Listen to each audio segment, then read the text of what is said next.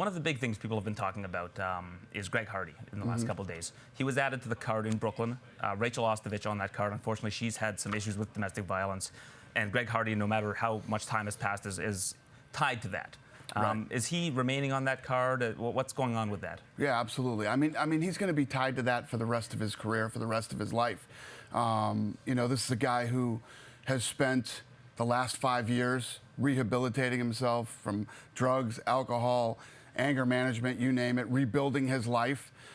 He hit rock bottom. He lost his job, and he's building a family now. He has a son and a daughter, and he's trying to put that behind him.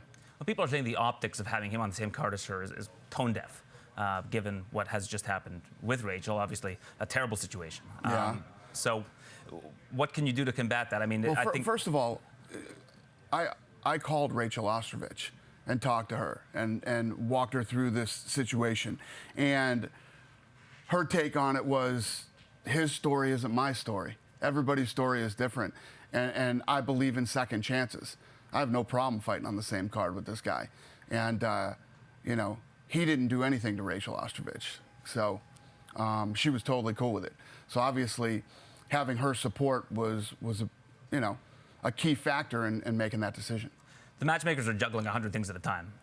Did they pick up on the fact that they were on the same card, or was it just one of those things where you plugged it in? We first of all, these cards get worked on months ahead of time, and Rachael was off the card because of what happened.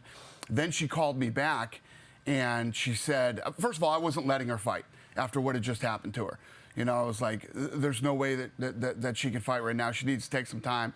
She called me and gave me 75 reasons why she needs to be on this card. And I agreed with her, and so we did it. Could you foresee them doing media together? I don't know. I'm not even thinking about it that way. All right. Listen, if you want to make it an issue, you can make it an issue. Everybody can make it an issue if they want to. Rachael Ostovich doesn't have an issue with it, and that's all that matters to me.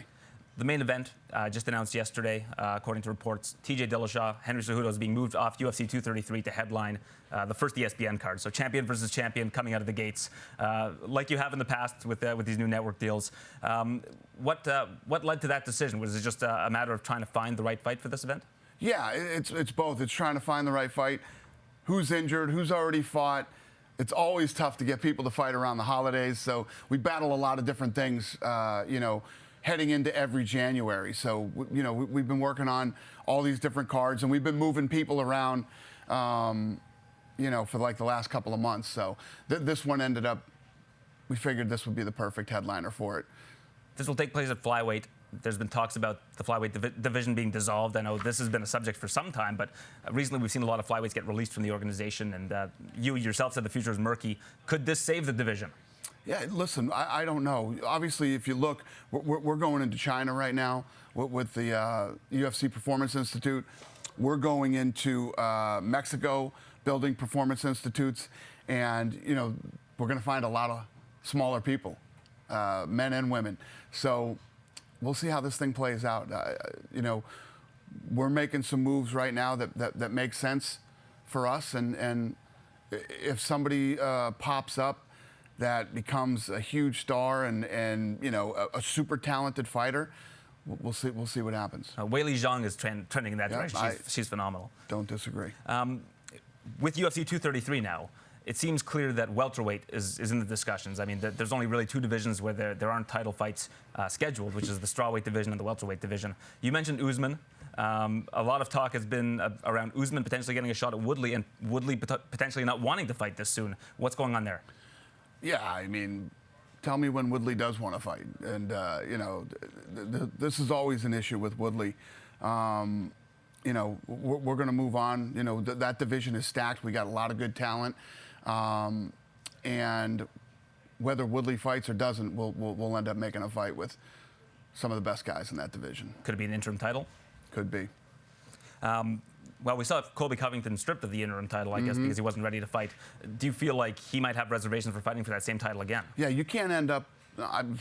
That's up to him. I could care less what his reservations are. You either want to be a world champion or you don't. And If you get the opportunity in this business, you need to take it immediately. He had the opportunity to fight Woodley. He should have took it. He didn't. And we'll see if he steps up and takes another opportunity.